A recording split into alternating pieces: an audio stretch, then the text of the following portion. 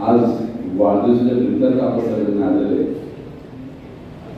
परकड व्यक्तिमत्व पट त्याचं नाट्यकला म्हणणार कुठल्याच गोष्टीची चिंता करायची नाही, वडिलांपासून मिळालेला त्यांचा गुण आहे असं आमचे सहकारी मित्र राहुल देशमुखजी, उपस्थित सगळे बंधू मित्रांनो, तो काही बोलावं वागण्यावर राहुलजींनी आपल्या मनापासून आभारी. आपल्या वडिलांसोबत सुद्धा मी या भागामध्ये एकदा आलो होतो. संतांच्या काकांच्या पुढे आंदोलन करायला तुम्हाला आपण आठवत होतो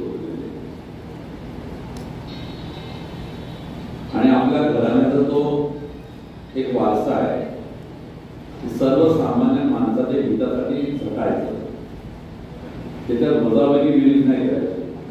हे केल्याने माझे मत किती वाढतील, हे केल्याने मी उद्या त्या ठिकाणी आमदार होईल का, उद्या मी नगराध्यक्ष होईल का, उद्या सत्ता आहे का, उद्या मला डोकं टाळ्या वाजवतील किंवा त्या ठिकाणी गृहविभाग मला काहीतरी नोटीस देतील, असं कधीच विचार न करणारे व्यक्तिमत्व आहे. म्हणजे राहुलचं भाषण म्हटलं म्हणजे काय पाहिजेच त्या ठिकाणी आम्हाला विचार आम्ही दोन विचारच करतो आपण भाषण करायचं नाही करायचं,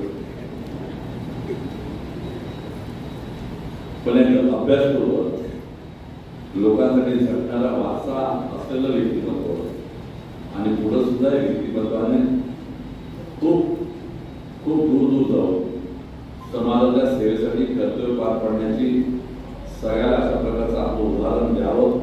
आमच्या सगळ्या सारख्या लोकांनी सुद्धा नक्कीच अनुकरण करण्याचा प्रयत्न करावा. आम्ही जरी बरोबरची बेरीज करत असतो तर इकडचा भाग राहील का तिकडचा भाग राहील तर राहुल विचार करतच नाही. आणि राहुल तुम्हाला कळलं तर तुमच्या आईने सुद्धा नक्कीच आभार मानले पाहिजे. त्या माऊलीने त्याला लहानपणी संस्कार काढलेले असते तिचे सुद्धा हात म्हणून त्याला आभार मानतो.